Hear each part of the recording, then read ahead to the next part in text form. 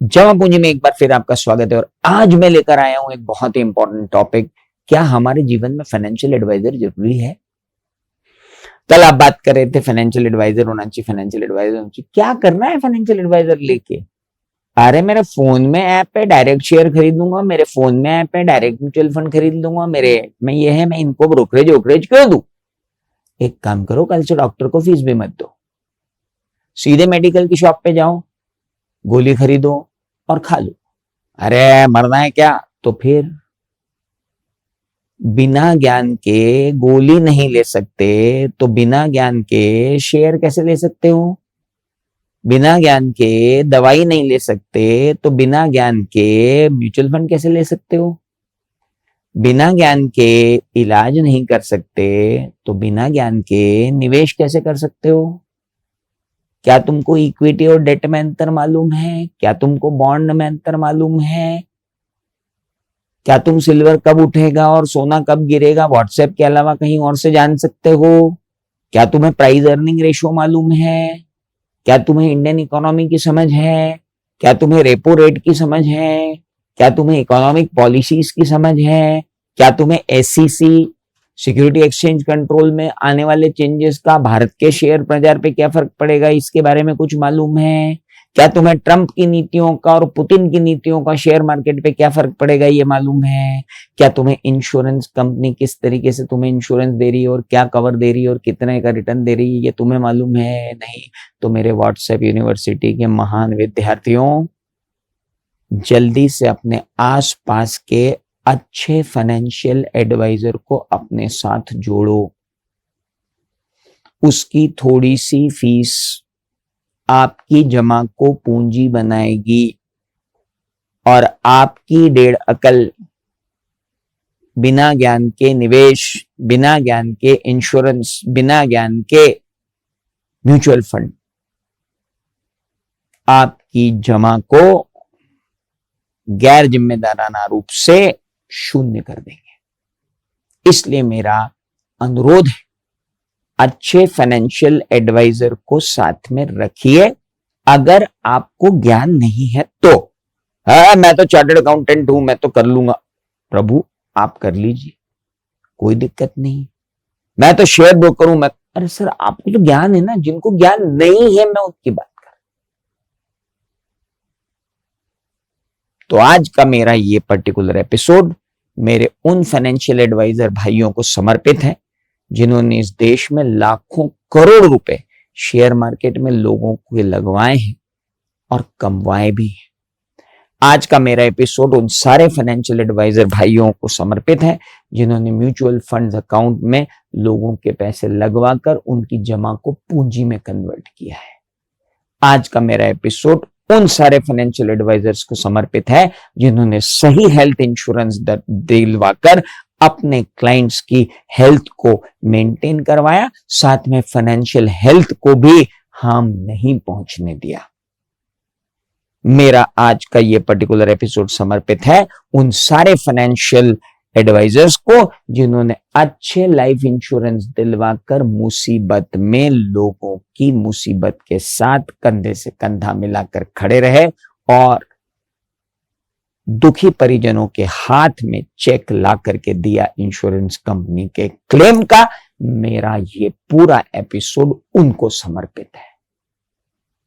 इस देश को उन सारे फाइनेंशियल एडवाइजर्स का सम्मान करना चाहिए जिन्होंने इस देश की इकोनॉमी में एक बहुत बड़ी भूमिका निभाई है। ये पूरा एपिसोड मेरे उन सारे फाइनेंशियल हेल्थ एडवाइजर्स को समर्पित है जिन्होंने अपने निवेशकों की वित्तीय स्वास्थ्य का पूरा ध्यान रखा है।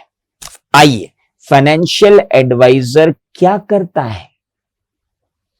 फाइनेंशियल एडवाइजर आपको इन्वेस्टमेंट स्ट्रेटेजी बताता है, सेविंग प्लानिंग बताता है, रिस्क मैनेजमेंट बताता है, इंश्योरेंस एडवाइस देता है, टैक्स प्लानिंग करता है और आपके रिटायरमेंट गोल्स बताता है। और अगर आपकी जॉइंट संपत्ति होगी ना तो वो आपको सक्सेशन प्लानिंग भी बताएगा। आपकी इनकम, आपके खर्चे, आपके गोल, आपके रिस्क लेवल को देखते हुए आपके लिए एक फाइनेंशियल प्लान तैयार करेगा। एक म्यूचुअल फंड में रिस्क ज्यादा है, रिटर्न ज्यादा है, मैं वहां पैसा लगा सकता हूं अगर, तो ये जरूरी नहीं है कि आप भी वहां पैसा लगा सकते हो, क्योंकि आपकी फाइनेंशियल रिस्क अलग है, आपके फाइनेंशियल गोल्स अलग हैं, मेरी रिस्क अलग है, मेरे गोल्स अलग हैं। मैं 50 पार की दहलीज पे खड़ा हूं, मेरी फाइनेंशियल सिक्योरिटी है, मैं कितनी भी रिस्क ले सकता हूं। आप अभी 25 साल के हो, नई नई नौकरी लगी है, आप कितनी रिस्क ले सकते हो, आपकी रिस्क एपेटाइट क्या है, वो ये बताएंगे। इंपॉर्टेंट वो है, जिस तरीके से डॉक्टर जरूरी है उस तरीके से फाइनेंशियल एडवाइजर भी जरूरी है। कितने टाइप के फाइनेंशियल एडवाइजर्स होते हैं? देखिए, सेबी रजिस्टर्ड इन्वेस्टमेंट एडवाइजर, आपको इन्हीं से डील करना है। जितने म्यूचुअल फंड डिस्ट्रीब्यूटर एजेंट जो भी हैं वो सब रेगुलेटर किससे रेगुलेटेड हैं? सेबी से रेगुलेटेड है। फाइनेंशियल प्लानर तो वेल्थ मैनेजर्स भी जो हैं वो सेबी के ही एग्जाम पास करके बने हुए हैं। तो जब तक सेबी रजिस्टर्ड फाइनेंशियल एडवाइजर ना हो तब तक आप बिल्कुल भी अपने वित्त को ना लगाएं। आज मैं आपको बताऊंगा कि आपको फाइनेंशियल एडवाइजर कैसे चुनना है। क्या जरूरत है फाइनेंशियल एडवाइजर की? मैं तो डायरेक्ट प्लान लूंगा। देखिए, ऐसा है, माना मैंने आपके, आप डायरेक्ट प्लान अगर खरीदते हैं म्यूचुअल फंड का तो आपको थोड़ा सस्ता पड़ेगा। क्यों? क्योंकि म्यूचुअल फंड को उसमें ब्रोकरेज नहीं देनी पड़ती, तो ब्रोकरेज का फायदा आपको दे देते हैं। तो डायरेक्ट प्लान में आपकी कॉस्ट कम होती है, एक्सपेंस रेशियो कम होता है, आप खुद निर्णय लेते हो, कोई एडवाइजर की जरूरत नहीं होती। लेकिन ये उनके लिए है जो निवेशक क्या हैं? अनुभवी निवेशक हैं। अगर आप अनुभवी नहीं है तो आप इधर जा ही नहीं सकते। आपको खुद को रिसर्च आती है? हाँ, आप डायरेक्ट में जाइए। क्या आपको खुद को रिसर्च आती नहीं तो आप कहां जाइए? रेगुलर प्लान में जाइए। एडवाइजर की गाइडेंस मिलती है, कमीशन शामिल होता है, बिगिनर्स के लिए हेल्पफुल होता है, प्रोफेशनल सपोर्ट भी होता है, सलाह भी मिलती है, आपके फाइनेंशियल गोल भी पूरे होते हैं। अगर आपको ज्यादा समझ नहीं है तो आप रेगुलर प्लान में जाइए। फाइनेंशियल एडवाइजर सही चुनने के क्या क्राइटेरिया है? सबसे पहले आप उस फाइनेंशियल प्लानर से, उस एडवाइजर से ये देखें कि तुम्हारा सर्टिफिकेशन कहां से है। NISM क्वालिफाइड हो क्या? सेबी के क्वालिफाइड आदमी हो, चार्टर्ड अकाउंटेंट हो तो चलो समझ में आता है। अगर सेबी के क्वालिफाइड ही नहीं या चार्टर्ड अकाउंटेंट ही नहीं हो तो फिर तुम क्या हो? सॉरी, अगली बात, एक्सपीरियंस जांचें। कम से कम 5 साल का एक्सपीरियंस हो, आइडियली तो 10 साल का होना चाहिए, पर ठीक है 5 साल का एक्सपीरियंस है, मार्केट का एनालिसिस पूरा आता है, मार्केट साइकिल चला के देखा हुआ है, नया नया फाइनेंशियल एडवाइजर है जिसने आज तक फाइनेंशियल मार्केट का एक डिप भी नहीं देखा, शेयर मार्केट का एक डिप भी नहीं देखा, आप उससे एडवाइस लेंगे तो कैसे काम चलेगा? ऐसे फाइनेंशियल एडवाइजर चुनिए जो मंदी भी देखे हुए हो और तेजी भी देखे हुए हो। उन फाइनेंशियल एडवाइजर्स को चुनिए, थोड़ा सा एक्सपीरियंस लेके आइए, उसके फीस स्ट्रक्चर को समझिए और बोलिए उसको कि ट्रांसपेरेंसी से मुझको बताओ कि तुम्हारी फीस कितनी है। ओके, इन्वेस्टमेंट फिलोसॉफी क्या है? पता चला वो एग्रेसिव हो और आप उतने एग्रेसिव नहीं, या आप एग्रेसिव हो और वो पेसिमिस्टिक हो, आप भयंकर ऑप्टिमिस्टिक हो, वो भयंकर पेसिमिस्टिक है, आप दोनों झगड़ के अपने निवेश की 12 बजा दोगे। वो बहुत एग्रेसिव है, आप उतने एग्रेसिव नहीं हो, आपको उसकी नीतियां ही समझ में नहीं आएंगी। आपको पहले उसे बैठा के समझाना पड़ेगा, देख भाई मैं इतनी रिस्क ले सकता हूं और इतनी नहीं, अगर तू कर सकता है तो मेरे पास आ, 1 के 4 कर दूंगा, 1 2 का 4 कर दूंगा, फालतू चीजें मेरे सामने मत ला, मेरे फाइनेंशियल गोल्स के हिसाब से चल। यस, वो फाइनेंशियल एडवाइजर जो आपके हाँ में हाँ ना मिलाए,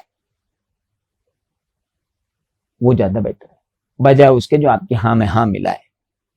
मैं आज आपको बता रहा हूं कि किसी फाइनेंशियल एडवाइजर से बात करते समय ये संकेत पकड़ें। आपने कहा कि मुझे ये करना है, वो आपकी बात सुन रहा है, वो आपकी बात काट नहीं रहा है, वो आपको नहीं कह रहा है आप गलत कह रहे, आप मेरी सुन रहे यार, आप चुप रहो। हाँ ना, ऐसे फाइनेंशियल एडवाइजर से दूर रहें। रिस्क प्रोफाइलिंग करें, आपकी रिस्क देखे, रिस्क की एपेटाइट देखे, कितनी रिस्क आप ले सकते हो वो बताए, गोल बेस्ड प्लानिंग बनाए, अपनी क्लियर फीस बताए, प्रोडक्ट पुश ना करे कि ये तो ले ही लो, ये तो ले ही लो, रियलिस्टिक रिटर्न बताए कि कितना रिटर्न रियलिस्टिक मिलेगा, अफलातून सपने ना दिखाए और पोर्टफोलियो रिव्यू करता रहे। ऐसा नहीं कि एक बार इन्वेस्टमेंट किया उसके बाद शक्ल ही नहीं दिखा रहा, भाई मिल ही नहीं रहा आपको। आप उससे पहले ही खरी पक्की कर लो कि बंधु मैं आपके बिहाफ पे पैसा लगा रहा हूं, ये ध्यान रखिए, लेकिन इस बात का पूरा ध्यान रखिए कि आपको मुझे टाइमली रिपोर्ट देना पड़ेगा, मेरे पोर्टफोलियो को रीअसेस करना पड़ेगा, मुझे इन्वेस्टमेंट स्ट्रेटेजीज नई देनी पड़ेंगी, मेरा रिटर्न अश्योर रखना पड़ेगा। कई बार होता है कि कुछ म्यूचुअल फंड से जो परफॉर्म नहीं कर रहे हैं उनसे बाहर आकर नए म्यूचुअल फंड में डालकर उस रिस्क को मिटिगेट करना, ये सारा काम आप करते हो तो आप आओ, नहीं तो नमस्ते। और अगर आप ये कहने पे आ गए मैं गारंटीड रिटर्न दूं आपको 30% का, आप मतलब मान लो मैं आपको यूनिट लिंक्ड इंश्योरेंस प्लान ही पकड़ाऊंगा, पेनी स्टॉक्स की टिप्स दूंगा, डबल मनी के वादे करूंगा। अरे काई की रिस्क, शेयर मार्केट में तो पूरी रिस्क है, आपकी कौन सी नई आ जाएगी रिस्क। और जहां तगड़ा कमीशन मिलेगा वहीं बेच देगा आपको वो, जिस म्यूचुअल फंड ने तगड़ा कमीशन दे दिया वो आपको वो बेचने लग जाएगा।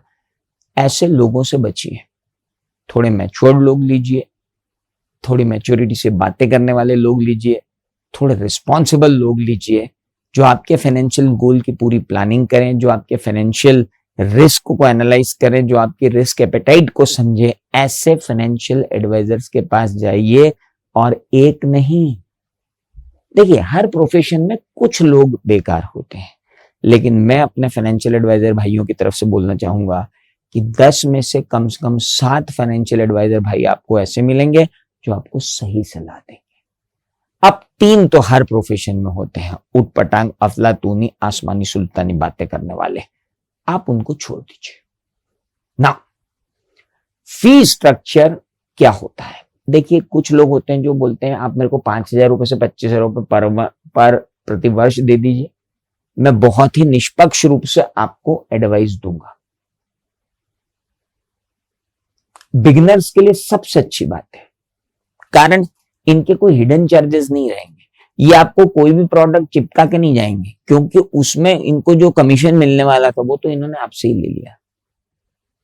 हो सकता है दूसरे फाइनेंशियल एडवाइजर ये हो कि मैं आपकी निवेशित राशि का 0.5% से 1% पर मंथ पर ईयर लूंगा, जैसे जैसे आपका पोर्टफोलियो बढ़ता जाएगा मेरी भी फीस बढ़ती जाएगी। बड़े पोर्टफोलियो के लिए ये ठीक है, छोटे पोर्टफोलियो के लिए ये ठीक है, बड़े पोर्टफोलियो के लिए ये ठीक है। कमीशन मॉडल रेगुलर प्लान में से 5 से 0.5 से 1.5 पर ईयर मैं आपसे पैसा लूंगा। इनको कहां से कमीशन मिलता है? म्यूचुअल फंड से। यार म्यूचुअल फंड में आपको करवा रहा हूं सर, मैं आपसे कुछ नहीं लूंगा, वो म्यूचुअल फंड मुझे डायरेक्ट दे, क्योंकि मैं उनसे कमीशन लेता हूं। तो अगर ये उनसे कमीशन लेते हैं तो कोई दिक्कत नहीं है, आपसे कुछ नहीं लेंगे, लेकिन ट्रांसपेरेंसी के साथ वो आपको बताएंगे कि मुझे 0.5 से 1.5% का कुछ मिलेगा। अब कितना मिलेगा that they will tell you, ठीक है। तो फाइनेंशियल एडवाइजर ऐसे हो सकते हैं। Financial advisor free only model पे काम कर सकते हैं, फाइनेंशियल एडवाइजर एयूएम मॉडल पे काम कर सकते हैं, फाइनेंशियल एडवाइजर कमीशन मॉडल पे काम कर सकते हैं। लेकिन फाइनेंशियल एडवाइजर की सबसे बड़ी बात जो होती है वो होती है उसकी क्रेडिबिलिटी, रेपुटेशन भी। देखिए कितने क्लाइंट्स को हैंडल करते हैं आप, उनसे पूछिए। हो सकता है उनमें से कुछ क्लाइंट्स आपके पहचान के हों, आप उनको भी फोन लगा के पूछिए कि आपको किस तरीके से ये एडवाइस कर रहे हैं। जब वो आपको बताएं कि हाँ ये इस तरीके से एडवाइस कर रहे हैं, तो बहुत अच्छी बात है। आपकी क्वालिफिकेशन कितनी है, आपकी एक्सपीरियंस कितना है, आपका रजिस्ट्रेशन क्या है, सर्विस सपोर्ट आप क्या दोगे, फीस और कंपनसेशन के बारे में हमने बात कर ली। आपको फाइनेंशियल एडवाइजर की जरूरत कब है? सर, आपको फाइनेंशियल एडवाइजर की भयंकर जरूरत है। अगर आप बिगिनर हैं, अगर आप खुद डिसाइड नहीं कर पाते हैं, आपका पोर्टफोलियो मैसी है, मार्केट गिरने पर पैनिक करते हैं, फाइनेंशियल गोल कई सारे हैं लेकिन अचीव नहीं कर पा रहे हैं, डिसिप्लिन चाहते हैं, आपका हाथ खर्चीला है, आप तुरंत फाइनेंशियल एडवाइजर के पास जाइए। सर, आपकी बीमारी के लक्षण दिख रहे हैं, आपसे ना हो पाएगा। फाइनेंशियल एडवाइजर के पास जाइए, वो आप पर कंट्रोल लगेगा और आपकी जमा को पूंजी में कन्वर्ट करेगा। ये जरूरत होती है फाइनेंशियल एडवाइजर की और ये रोल होता है फाइनेंशियल एडवाइजर का।